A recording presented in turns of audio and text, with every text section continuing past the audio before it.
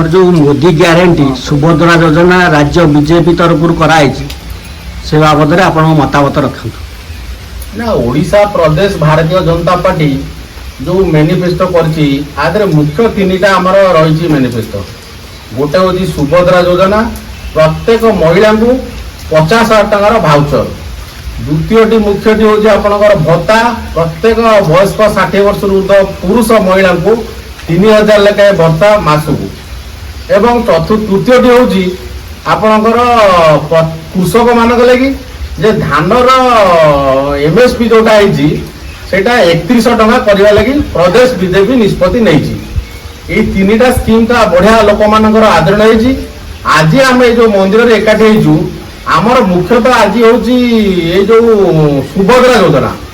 भगवान जगन्नाथ भौणी सुभद्रा ना जो स्कीम टी प्रत्येक महिला को 50,000 टंकार भाउचर